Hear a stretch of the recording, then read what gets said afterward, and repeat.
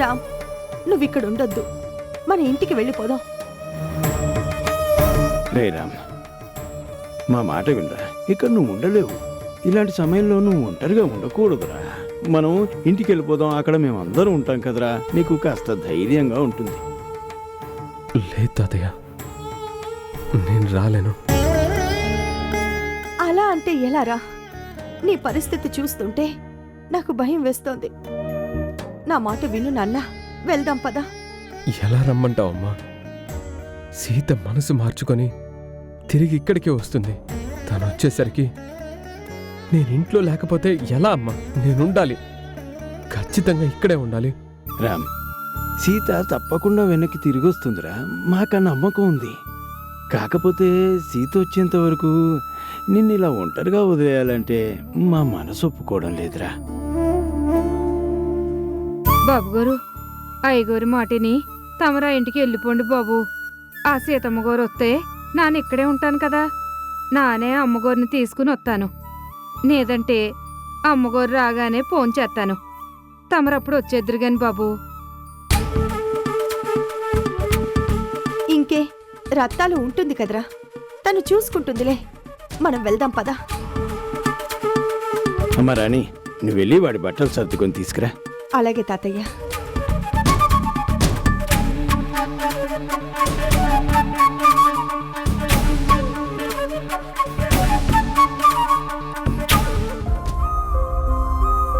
రామ్, నీ బట్టలన్నీ సర్దాన్రా. ఆఫీస్కి సంబంధించిన ఫైల్స్ గానీ ల్యాప్టాప్ గానీ ఏమైనా ఉన్నాయా? ఉన్నాయి అమ్మగారు. ఉంటే తీసుకురా. అట్టగే.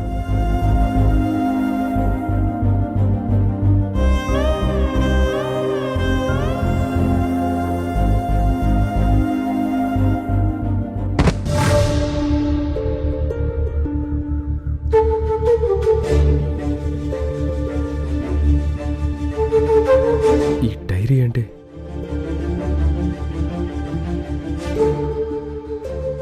ఇలా ఇవ్వు.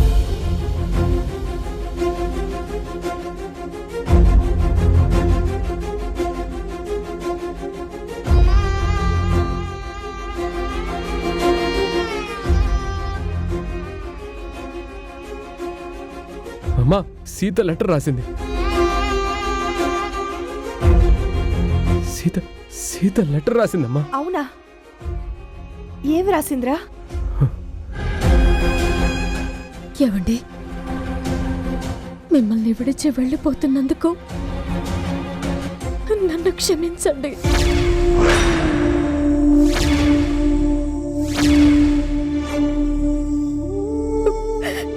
మీరు నా కోసం వెతకొద్దు. వెతికినా మీకు కనిపించను.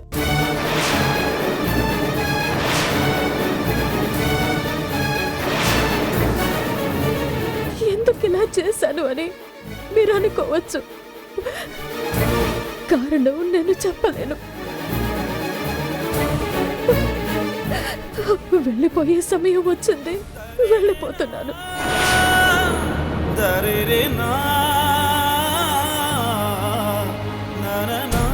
నేను చివరి కోరికగా మిమ్మల్ని ఒక కోరిక కోరుతున్నాను. దయచేసి కాదనకండి. మీరిక్కడ ఉండొద్దు.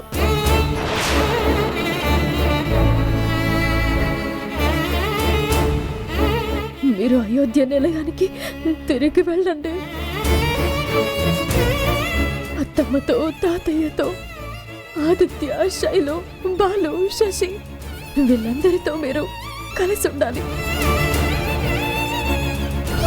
లేదంటే నా మాట తీసిన వాళ్ళు అవుతారు. జరిగిన దానిలో ఆదిత్య తప్పేం లేదు. నా మీద ఏమాత్రం గౌరవం ఉన్నా ఆదిత్యని ఎవరూ ఏమీ అనద్దు.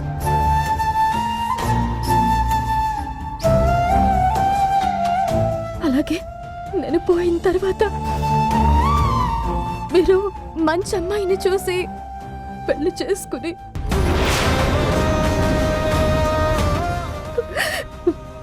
పిల్లల్ని కనాలి. మీ వంశానికి వారసుని కని అత్తమ్మ చేతిలో పెట్టాలి.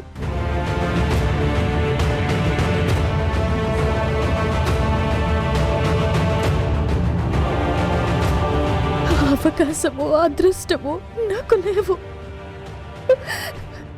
కాబట్టి ఆ బాధ్యత మీదే. దయచేసి వీలైనంత త్వరగా నన్ను మర్చిపోండి. ఇట్లా మీ సీత.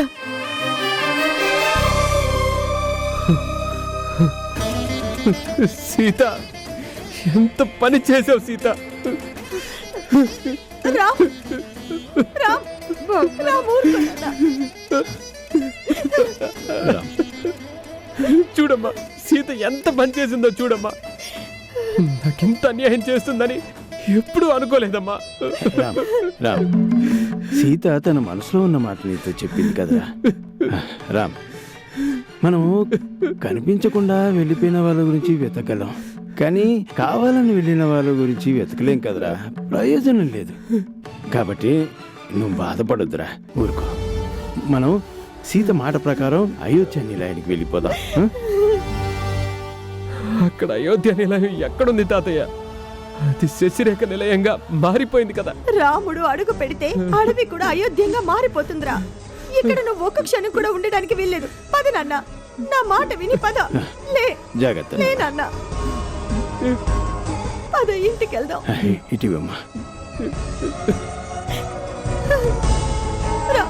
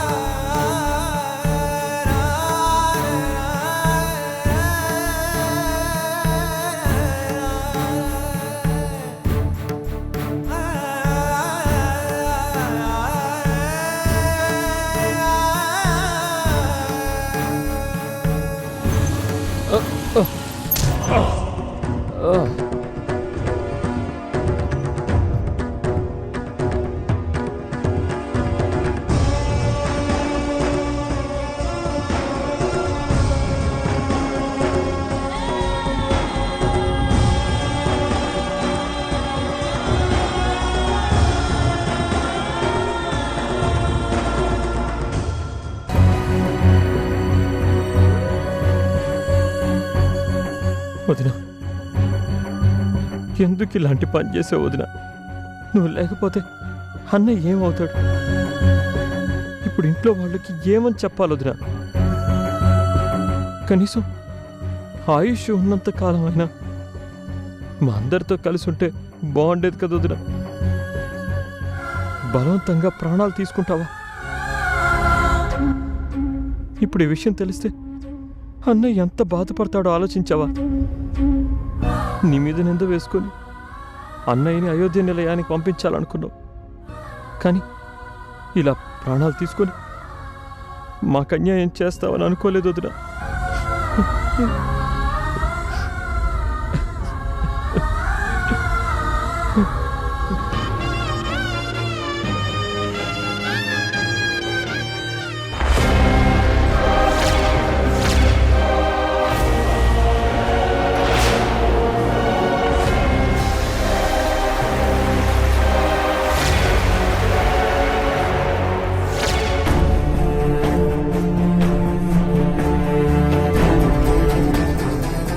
అయ్యో, ఎవరో అమ్మాయి నది ఒడ్డున పడుంది, చూద్దాం రండి.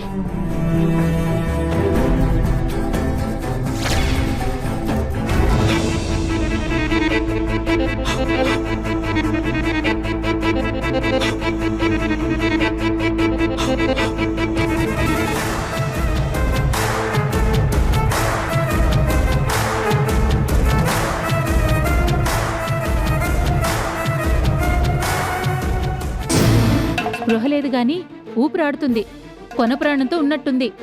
వైద్యం చేయిస్తే బ్రతుకుతుందేమో. ఇంకా ఆలస్యం ఎందుకు? శాంతమ్మని పిలుద్దాం. శాంతమ్మ గారు, శాంతమ్మ గారు!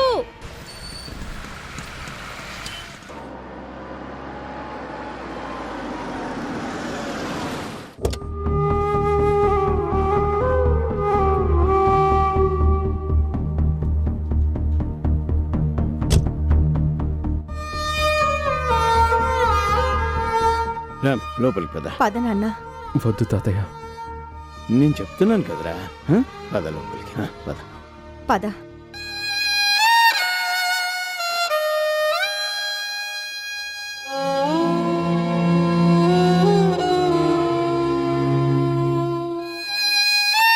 ఆగండి.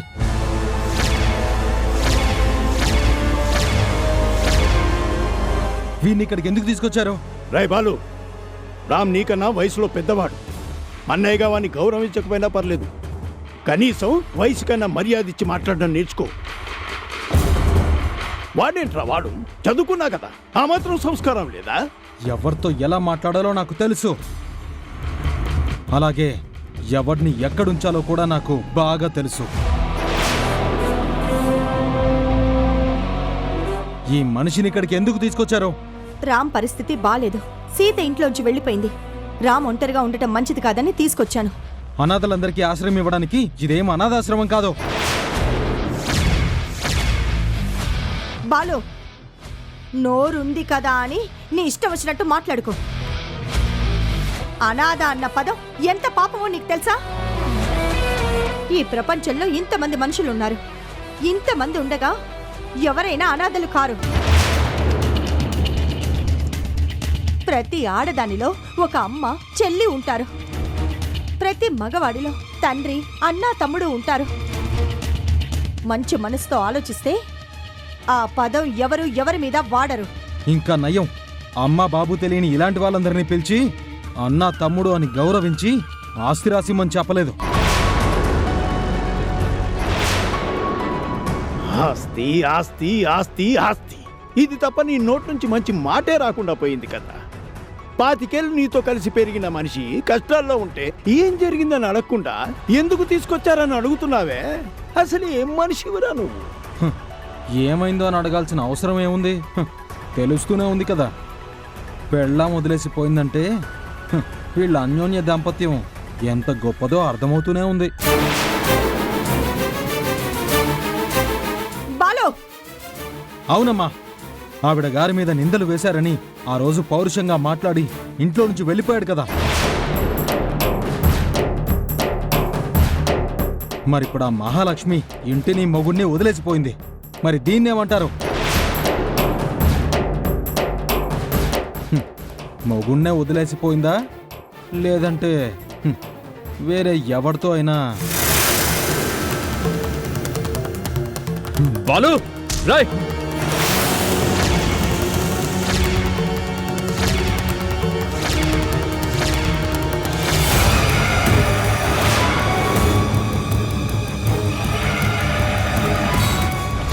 నువ్వు నన్నేమైనా అని పడతాను. నీ ఇష్టం వచ్చినట్టు తిట్టు, అప్పటికి కక్ష తగ్గకపోతే కొట్టు, భరిస్తాను. కానీ సీత గురించి ఒక్క మాట తప్పుగా మాట్లాడినా ఒప్పుకోను.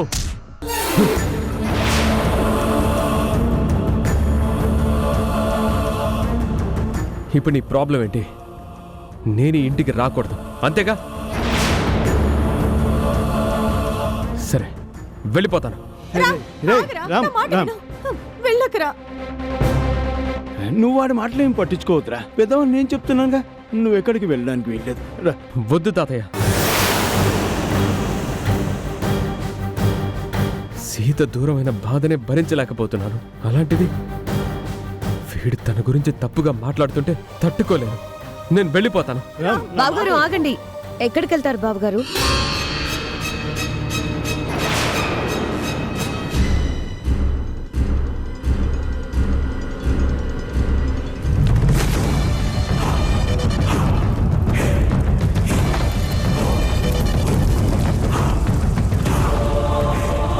మీరు వెళ్ళడానికి వీల్లేదు. మీరు ఇక్కడే ఉంటారు.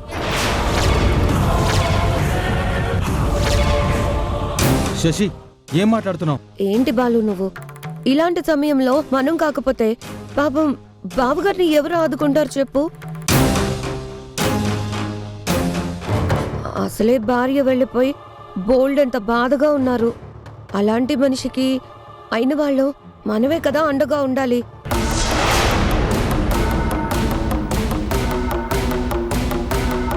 బావగారు మీరెక్కడికి వెళ్ళడానికి వీల్లేదు. మీరు ఇక్కడే మాతో పాటే ఉండాలి. ఏంటత్తయ్య, నిజానికి నేనే మిమ్మల్ని పంపించి బావగారిని ఇంటికి తీసుకొని రమ్మని చెప్పాలని అనుకున్నాను. కానీ మీరే వెళ్ళి తీసుకొచ్చారు. చాలా హ్యాపీ. లోపలికి తీసుకెళ్ళండి.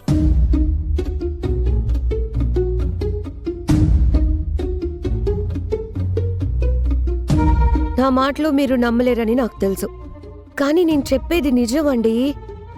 ముందు లోపలికెళ్ళండి. బాలు, నువ్వు చెప్పు.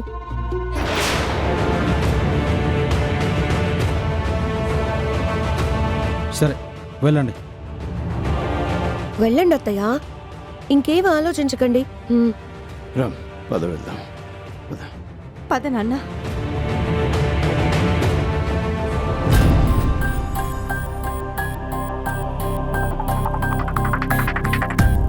ఏంటి శశి నువ్వు చేసింది? వాళ్ళ రామ్ని ఇక్కడికి తీసుకొస్తున్నారు, వాడిని ఆపమని చెప్పింది నువ్వే. మరి ఇప్పుడేంటి ప్లేట్ మార్చావు? బాలు, నేనేం చేసినా దానికి ఒక అర్థం ఉంటుంది. అది నీకు తెలుసు కదా. బాగా ఆలోచించాను. ఇలాంటి సమయంలో మనం రివర్స్ కావడం అస్సలు మంచిది కాదు. ఎందుకంటే మీ అమ్మగారి చేతిలో ఇంకా పవర్ ఉంది. మరీ ఎక్కువ రివర్స్ అయితే మనకు అసలుకే మోసం వస్తుంది. కానీ ఆ రామ్గాడు మన ఇంటికి వస్తే రాని. వచ్చినా ఎన్ని రోజులు ఉంటారు? వెళ్ళం వదిలేసి వెళ్ళిపోయింది. మన ముందు తలెత్తుకొని తిరిగేంత ధైర్యం కూడా ఉంటుందా? రామ్ని ప్రతి క్షణం అవమానించడానికి ఇది మనకు దొరికిన మంచి ఛాన్స్ బాలు. సో వదులుకోకూడదు.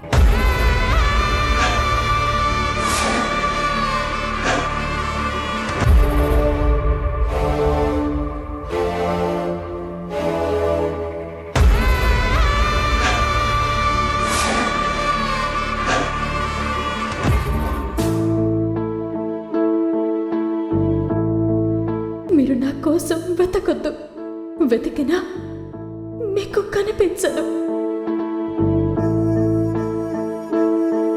నేను చివరి కోరికగా మిమ్మల్ని ఒక కోరిక కోరుతున్నాను. దయచేసి కాదనకండి. మీరెక్కడ ఉండొద్దు. మీరు అయోధ్య నిలయానికి తిరిగి వెళ్ళండి. మీరు మంచి అమ్మాయిని చూసి పెళ్లి చేసుకుని పిల్లల్ని కనాలి. మీ వంశానికి వారసుని కని అత్తమ్మ చేతిలో పెట్టాలి.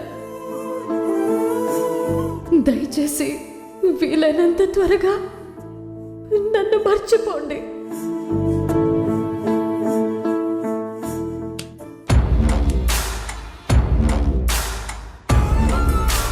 హాయ్, రూమ్ కంఫర్ట్గా ఉందా? ఈ రూమ్లో అయితే ఏసీ కూడా బాగా పనిచేస్తుంది. కొత్త బెడ్షీట్ మార్పించాను. నీకేది అవసరమైనా చెప్పు, గంటని పంపించి ఆ పని మాత్రం జరగకుండా చూస్తాను. ఏంటి అలా చూస్తున్నావు? బాలు వద్దన్నా నేను లోపలికి రమ్మని పిలిచి ఇప్పుడు ఇలా ఎందుకు మాట్లాడుతున్నానన్నా? ఇలా మాట్లాడాలని నిన్ను ఇక్కడుండమని చెప్పాను రామ్. శశి, ఇప్పుడు నీతో వాదించే శక్తి, నీతో పోటీ పడే ఓపిక నాకు లేవు. నా మెదడు మొద్దుబారిపోయింది. దయచేసి నన్ను వదిలే. ఇంత అమాయకుడు ఏంటి రామ్? ఎలా వదిలేస్తాను చెప్పు? ఆ సింహానికి జింక పిల్ల దొరికితే నీతో పోరాడే శక్తి లేదు, నన్ను వదిలే అంటే వదిలేస్తుందా? ఇదే అంతే. ఇన్ని రోజులకి నా వేటకి దొరికావు, ఎలా వదిలేస్తాను? నీకు గుర్తుందా, నన్ను కాదని సీతని పెళ్లి చేసుకున్నావని తెలిసిన రోజు నేను ఎంత ఏడ్చానో, ఎన్ని కన్నీళ్లు పెట్టుకున్నానో గుర్తుందా? నీకెందుకు గుర్తుంటుందిలే. ఏడ్చింది నేను, ఏడిపించింది నువ్వు. నీకు గుర్తుండదు, కానీ నేను మర్చిపోతానా రామ్? ఆ రోజు నేను బ్రతిమలాడాను, సీతని వదిలేయమని బ్రతిమిలాడాను. నువ్వు కుదరదు అన్నావు. కానీ ఇప్పుడేమైంది? నువ్వు ప్రాణంలా చూసుకున్నా ఆ సీతే నిన్ను కాదని వెళ్ళిపోయింది. సీత మోసం చేసి పోయినందుకు నువ్వు ఎంత కుమిలిపోతున్నావో నేను కూడా చూడాలి కదా రామ్.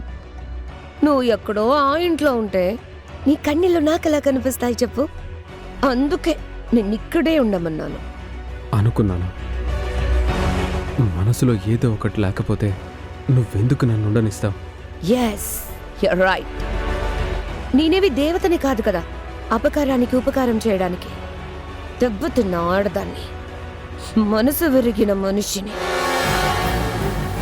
ఉదయం, మధ్యాహ్నం, సాయంత్రం, రాత్రి అనే తేడా లేకుండా సీత దూరమైనందుకు నువ్వు ఏడవాలి, ఏడుస్తూనే ఉండాలి. అది చూసి నేను సంతోషపడాలి. ఈ అవకాశం ఎన్ని పూజలు చేస్తే వస్తుంది చెప్పు? ఏడు, రోజు ఏడుస్తూనే ఉండు.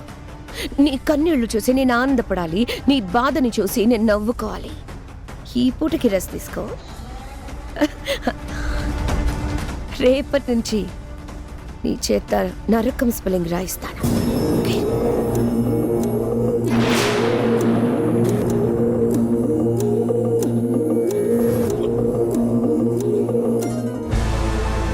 ఇది సీత కాలిపట్టి కదా ఆదిత్య? అవునన్నయ్య, ఇది నీకెక్కడిది? మహాలక్ష్మమ్మ కొండ మీద దొరికింది. అసలు ఆ కొండ మీదకి ఎవరు వెళ్ళరు కదరా? సీతొదిన వెళ్ళింది తాతయ్య. ఎందుకురా? ఎందుకంటే సీతొదిన ఆ కొండ మీద నుంచి కింద పారుతున్న నదిలోకి దూకేసిందమ్మా.